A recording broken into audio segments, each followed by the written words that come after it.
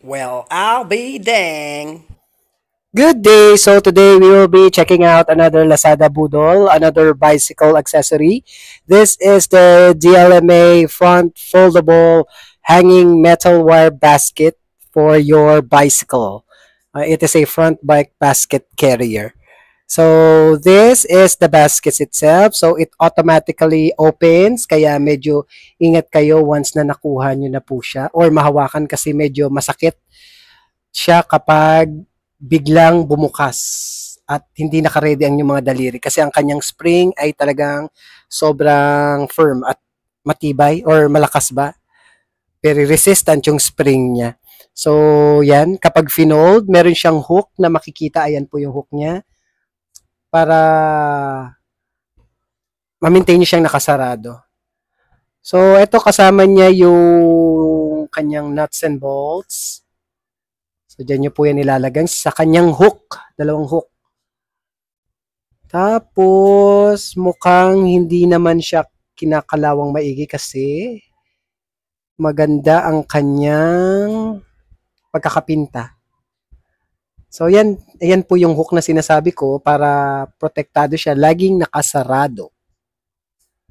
Yan. Kiklik nyo lang yun palagi. Kaya ingat po kayo pag bubuksan ninyo siya. Yan, tulad nito. Kasi talagang automatic siyang nagbubukas. So, subukan natin siyang install. So, ito yung protective sleeve. Ilalagay po natin sa hook. So, medyo magaspang or mahirap siyang ipasok kasi masikip ang kanyang protective sleeve. So, ang aking naisip para madali siyang mailagay ay ang baby oil. So, lagyan nyo lang po siya ng konti at makikita nyo na tuloy-tuloy na siyang papasok doon sa kanyang hook. Yan, tulad nito, check niya. O, di ba? Okay, easy peasy. So, ganyan lang po para madali nyo maipasok yung protective sleeve doon sa hook niya. Then, ito naman, protective sleeve para sa screw sa kanyang bolts and nuts. So, dito nyo lang po siya ilalagay. Ganyan ang itsura niya kapag ilalagay nyo na po siya sa inyong bisikleta. Yan.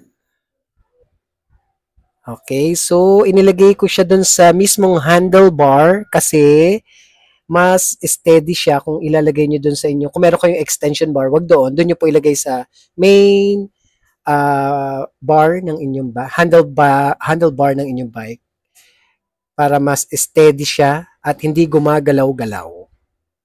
So maganda yung yung basket ha. Gloss black finish siya. So meron ayon sa detalye, meron siyang powder coated.